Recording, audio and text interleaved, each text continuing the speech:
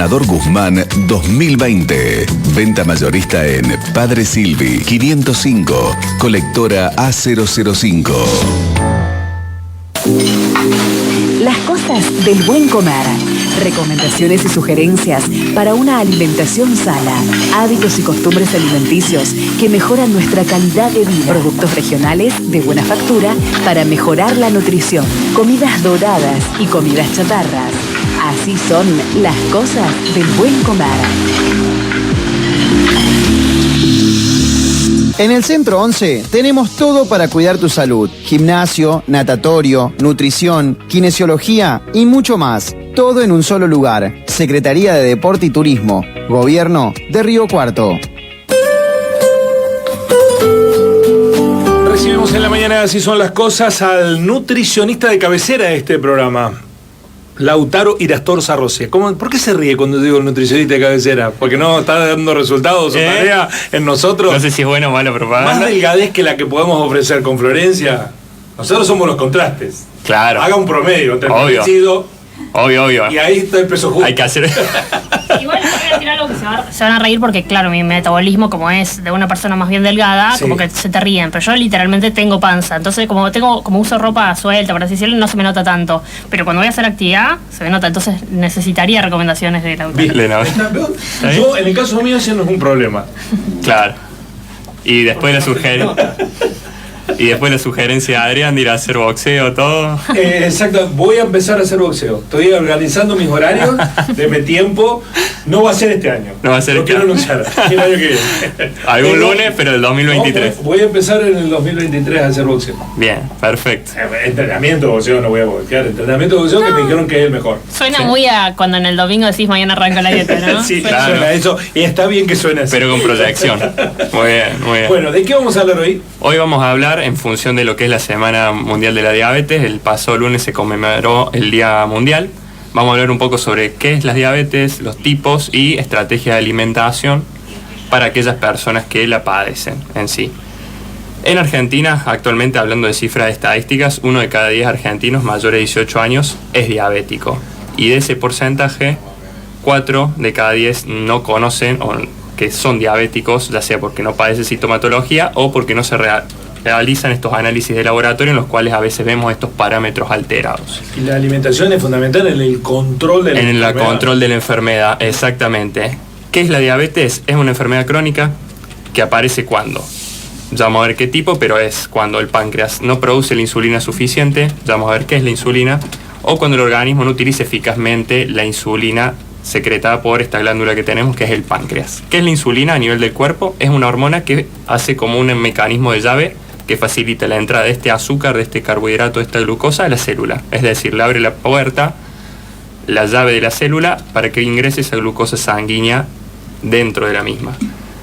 ¿Cuál es el efecto de esta diabetes no controlada en la mayoría de las personas? Lo que nosotros denominamos hiperglucemia o las glucemias elevadas.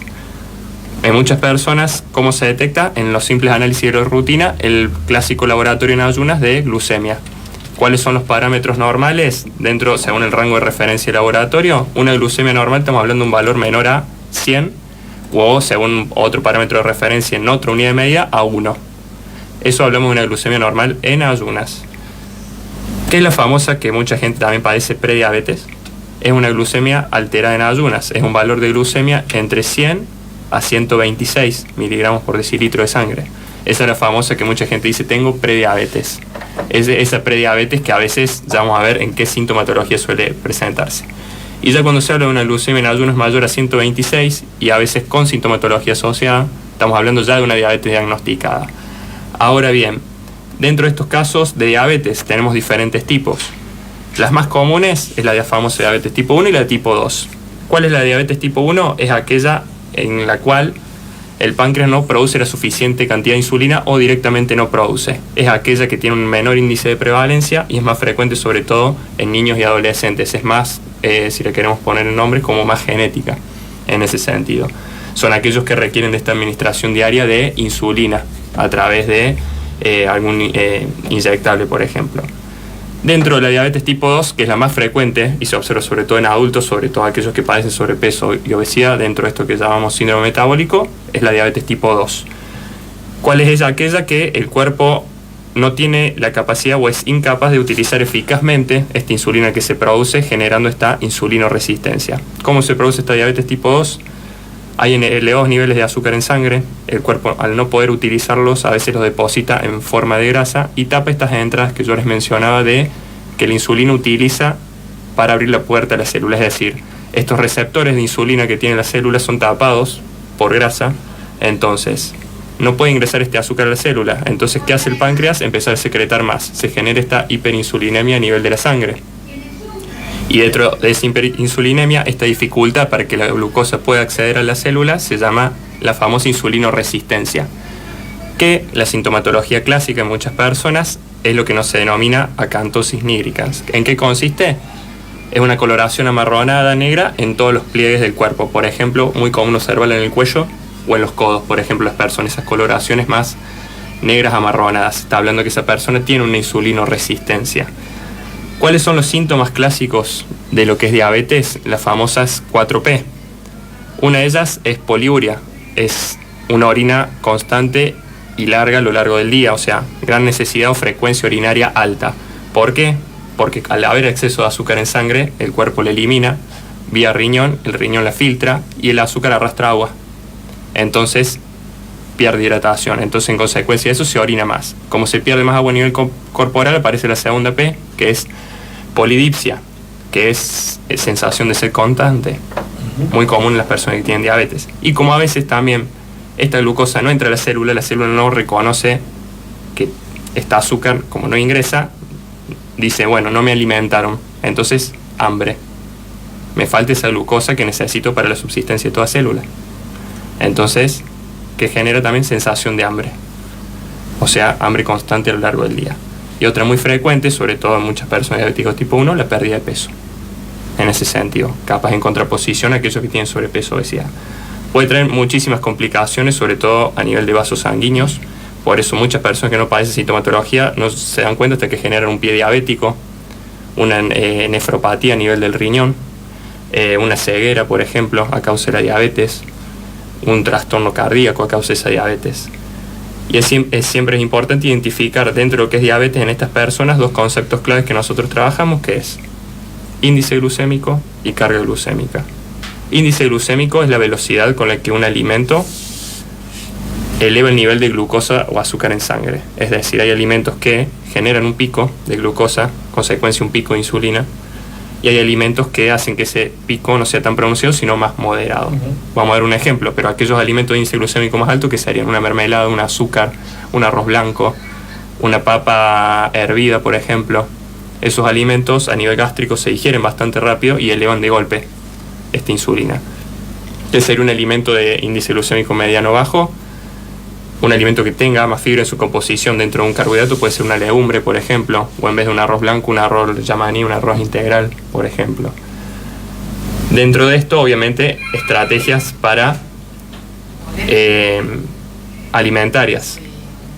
Dentro de esto que les mencionaba, todo lo que es contenido a veces de almidón, de alimentos como papa, arroz, ¿qué es preferible? Cocinarlos y dejarlos enfriar. Eso forma un proceso químico a nivel del alimento que se llama retrogradación del almidón o genera lo que se denomina almidón resistente, que es un almidón a nivel del cuerpo un poco más difícil de digerir en ese sentido. Entonces retarda ese pico de glucemia a nivel de la sangre, ese pico de azúcar, ese pico de insulina también a nivel hormonal. Y esta carga glucémica, ¿a qué hace referencia el otro concepto? A el contenido de hidrato de carbono que tiene ese alimento.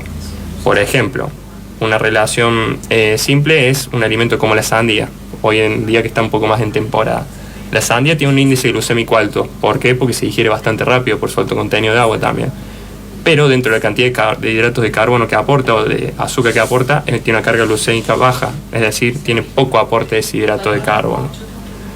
Dentro de los consejos de los alimentos, bueno, en cuanto a lo que es frutas, por ejemplo, de optar hoy en día que hace más calor, en lugar del jugo de naranja, por ejemplo, por la naranja, es decir, la fruta entera en lugar de la fruta ya procesada.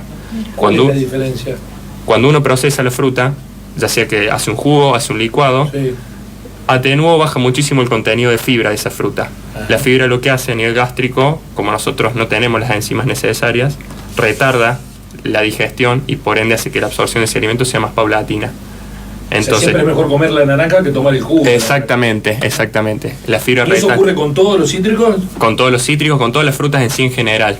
Es mucho mejor el consumo de la fruta entera en lugar del jugo. En caso a veces de que se consume jugo o estrategias a veces de estos alimentos de alto índice glucémico, ¿cuál es la estrategia que ayudaría a que ese pico no sea tan elevado? Combinarlos con alimentos de bajo índice glucémico. Estos cereales integrales, estas legumbres, todo lo que es proteína a nivel gástrico, por ejemplo, tiene un tiempo de digestión más largo, entonces combinando este tipo de alimentos con, o sea, alguna carne, algún huevo, retarda esa digestión. Entonces en la combinación a nivel gástrico, esa elevación de insulina, esa elevación de glucemia es más paulatina. ¿Qué otras cosas retardan mucho, baja mucho este índice glucémico de los alimentos? Todos los medios ácidos, por ejemplo, vinagre, limón, todo eso atenúa y reduce un poco esa elevación, por ejemplo, dentro de una ensalada. Todos los alimentos ricos en fibra, sobre todo lo que es verduras crudas, que lo hemos hablado, también retarda esa absorción.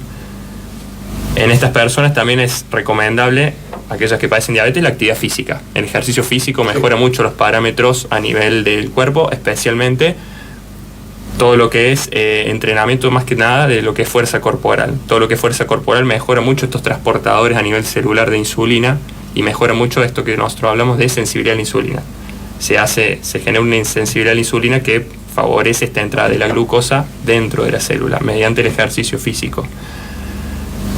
Más allá de eso también la reducción de peso corporal, la reducción de grasas dentro de las grasas las saturadas, que son aquellas que obtenemos por lo general de alimentos de origen animal o de alimentos ultraprocesados. Por lo general todo lo ultraprocesado es rico en grasas saturadas o trans y favorece mientras más procesado, más fácil de digerir, porque a nivel gástrico se reducen procesos que lo debería hacer nuestros dientes, nuestro estómago, nuestro intestino. Entonces, optando más por una alimentación más simple en ese sentido, con más predominio de legumbres, de verduras, sobre todo verduras a veces crudas, en ese sentido que la cocida, que se atenúe un poco esa fibra, o mezclar esa verdura cocida con alguna cruda, favorece que esta glucemia no se eleve tan de golpe en estas personas. Obviamente hay determinados casos, sobre todo en diabetes tipo 1, que sí necesitan de la acción farmacológica de la insulina. Entonces ahí sí es necesario un monitoreo diario, por lo general mediante el aparato que dosa a nivel de sangre la glucemia en ayunas, y en función de eso acomodar esa alimentación de esa persona. Y siempre tener el trabajo en conjunto, no solo de la parte nutricional, sino con el médico especialista en diabetólogo y la parte de endocrinólogo también, para ver toda la cuestión hormonal, más que nada. Bueno, buenísimo. Es muy determinante la cuestión de la alimentación para los diabéticos, ¿no? Sí. Tienen los que se llevan bien con la enfermedad es porque tienen una disciplina en sus dietas con un rigor, y los que se llevan mal es porque no pueden con los excesos, ¿no? Pero sí, tranquilamente cualquier persona con diabetes puede llevar una vida completamente normal, siempre teniendo a cabo todos estos monitoreos constantes en ese sentido. Y lo que también genera a nivel de la salud pública es un gasto muy alto el tema de diabetes, por todos los insumos que acarrea eso. Entonces es una enfermedad que siempre hoy en día, hay problemas por la alta prevalencia, exactamente, a veces hay problemas en conseguir insumos o que te cubran determinada cantidad de agujas y todo eso. Entonces, tratando de mejorar estos parámetros, se reduce mucho a nivel del sistema de salud todo este gran gasto invertido en este tipo de patología. Clase ejemplar, gracias Lautaro, muy amable. Gracias, que anden muy bien. Lautaro Irastorza Rossi, hasta la semana que viene. Hasta la semana que viene. En el Centro 11 tenemos